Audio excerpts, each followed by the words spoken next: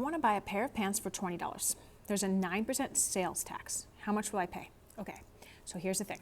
I want to pay for this pair of pants. This pair of pants has a price, okay? Now, the price is $20, but don't worry about what the price is yet. The whole price is 100% of the price, okay? 100% just means the whole, so like 100% is the whole price. Now, when I go and I buy pants, I don't just pay 100% of the price.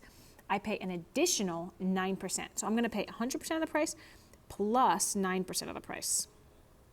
Okay, so what I'm gonna pay is 109% of the price.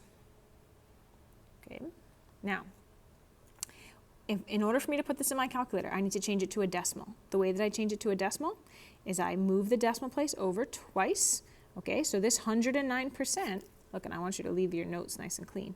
This 109% is 1.09. Okay, that's what it is as a decimal. That's how you're gonna enter it in your calculator. So you're gonna pay 109% of the price, and the way that we end up doing the math in the calculator is you're gonna pay $20 times, and look, let's do it this way, times 1.09. Okay, this is the math that you're gonna do. So 20 times 1.09. That's what you're gonna pay, is 21.8. Now in this case, we're talking about money.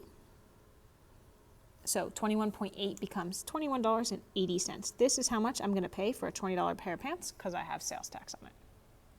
Okay, all right, let's look at a different situation. I wanna buy a frozen lasagna for $15, okay? That $15, that's 100% of the price.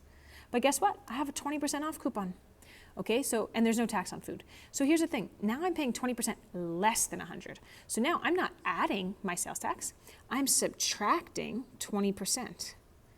Okay, so I'm not gonna pay 100% of the price, I'm only gonna pay 80% of the price. Okay, now let's make this to a decimal. My decimal point starts here, I'm gonna move it over twice. 80% is 0.8. Okay, you can write it as 0.80, it doesn't matter, 0.8 and 0.80 are the same number. Okay, I'm only gonna pay 80% of the price. So I'm gonna pay $15 times 80%. Oops. $15 times 80%. All right, let's do it. 15 times, I'm only gonna pay $12. Okay, now it happens to be a whole number. You could write it like this if you want, right? Seems a little unnecessary. You could just write it like this, $12. So this is like a real life example of kind of where this is gonna come up, and it's gonna come up in even more interesting ways, okay?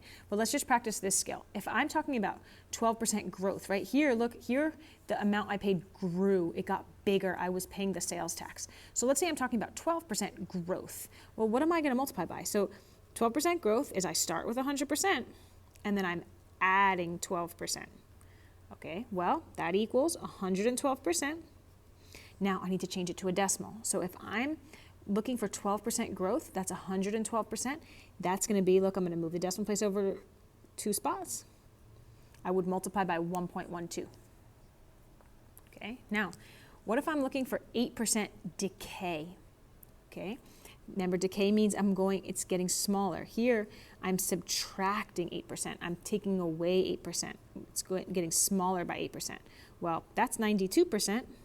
Okay, and I'm going to change that to a decimal, right? This is where my answer is. I'm going to multiply that. Look, move decimal place over twice. That's 0.92. What if I want 4% growth? Okay, look, I'll squeeze it in right here. If I want 4% growth, I'm growing by 4%. That's 100 plus 4. Look, that's 104%. Now, careful here. 104, if I move the decimal place over twice, don't lose this 0, okay? That 0 has meaning. You're gonna multiply by 1.04. Okay, that's the decimal that's equal to 104%.